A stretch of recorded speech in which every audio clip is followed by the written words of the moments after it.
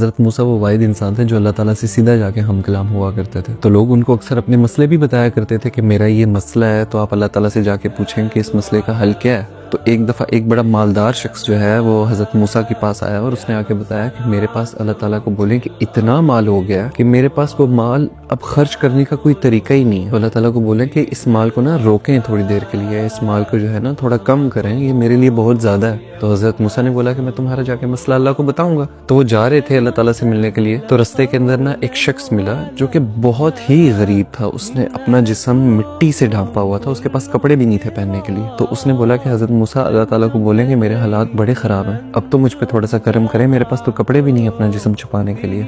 تو حضرت موسیٰ نے بولا کہ میں تمہارا مسئلہ جا کے اللہ کو بتاؤں گا۔ حضرت موسیٰ جب پہاڑ کے اوپر گئے، طور کے اوپر، تو انہوں نے جا کے اللہ تعالیٰ سے پوچھا کہ اللہ تعالیٰ کہ یہ ایک شخص ہے جو بول رہا ہے کہ میرے پاس اتنا مال ہے، اب وہ مال جو ہے نا کم کر دیں، اور دوسرا شخص ہے جو کہہ رہا ہے کہ اللہ تعالیٰ میرے پاس مال نہیں ہے، مجھے مال دیں، یہ دو مسئلے ہیں۔ تو اللہ تعالیٰ نے بولا کہ جس انسان کے پاس مال ہے نا اس کو بولو کہ میری راہ میں دینا بند کر دے، اور جو غریب انسان ہے نا اس کو بولو کہ میری راہ میں دینا شروع کر دے۔ تو حضرت موسیٰ جب آئے، انہوں نے غریب کو بتایا کہ یار تم اللہ تعالیٰ کی راہ میں دینا شروع کرو، اللہ تعالیٰ تمہارے جو ہے نا حالات بہتر کر دے گا۔ تو اس غریب نے بولا حضرت موسیٰ میرے پاس تو کوئی مال ہے ہی نہیں، تو میں کہاں سے اللہ کی راہ کے اندر دے دوں؟ تو حضرت موسیٰ نے بولا پھر گزارو ایسے حالات۔ جب امیر انسان آیا تو اس نے پوچھا کہ اب میرے مسئلے کا حل کیا بتایا اللہ نے؟ تو حضرت موسیٰ نے اس انسان کو بولا کہ اللہ تعالیٰ نے بولا کہ اگر تم اپنے مال میں کمی چاہتے ہو نا تو میری راہ میں دینا بند کر دو۔ تو وہ شخص بولا کہ حضرت موسیٰ میرے پاس تو کوئی اور جگہ ہے ہی نہیں اللہ کی راہ میں دینے کے علاوہ کہ جہاں پہ یہ مال خرچ کر سکوں، تو میں ایسا نہیں کر سکتا، میرے پاس اور کوئی طریقہ ہی نہیں اپنے مال کو خرچ کرنے کا۔ تو حضرت موسیٰ نے بولا پھر جا اس کو سنبھالتا ہے۔ تو بات کا مفہوم یہ ہے کہ صدقہ جو ہے نا آپ کے رزق کو بڑھاتا ہے، اللہ تعالیٰ کی راہ میں خرچ کرنا جو ہے نا آپ کے مال میں برکت ڈالتا ہے، اور نبی کریم صلی اللہ علیہ وسلم نے اس کے اوپر خود فرمایا کہ اگر کوئی انسان صدقہ دیتا ہے نا تو خدا کی قسم اس کا مال کم نہیں ہوتا۔